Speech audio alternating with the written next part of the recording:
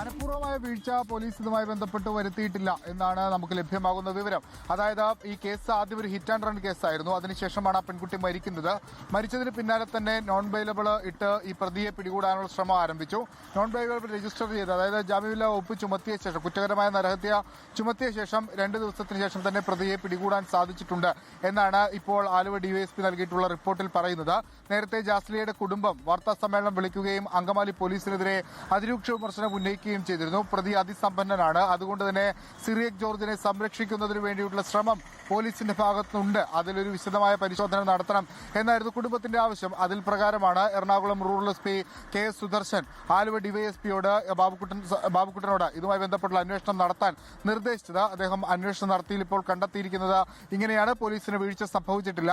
പ്രതി പോലീസിന്റെ കണ്ണുവെട്ടിച്ച് കടന്നു കളഞ്ഞാണ്. പലയിടങ്ങളിലും പ്രതി ഉണ്ട് എന്ന് കരുതി പോലീസോടെ പരിശോധനയ്ക്ക് എത്തിയ ഘട്ടത്തിലൊക്കെ പ്രതി അവിടെ നിന്ന് രക്ഷപ്പെട്ടു.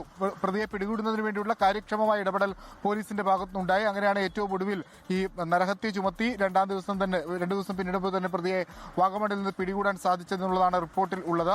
കുടുംബം ഇതുമായി ബന്ധപ്പെട്ട എന്തെങ്കിലും പ്രതികരണത്തിന് തയ്യാറാകുമെന്നുള്ളതാണ് ഏറെ ശ്രദ്ധേയം. ഒപ്പം ഈ സിറിയക് ജോർജിനെ കസ്റ്റഡിയിൽ വാങ്ങാനുള്ള ശ്രമത്തിലാണ് പോലീസ് ഉള്ളത്. ഇന്ന് കസ്റ്റഡി അപേക്ഷ സമർപ്പിക്കും. മദ്യലഹരിയിലാണോ ഈ പ്രതി ഉണ്ടായിരുന്നത് എന്നുള്ളതാണ് പോലീസിന് സംശയമുള്ളത്. ഭയം കൊണ്ട് ഓടിപ്പോയി അല്ലെങ്കിൽ നിർത്താതെ പോയി എന്നാണ് സിറിയക് പറഞ്ഞത്. അതിലൊക്കെ ഒരു വിശദമായ ചോദ്യം ചെയ്യലിന് വേണ്ടിയിട്ടാണ് കസ്റ്റഡിയിൽ വാങ്ങാനുള്ള തീരുമാനത്തിലേക്ക് ഇപ്പോൾ പോലീസ് എത്തിയിട്ടുള്ളത്.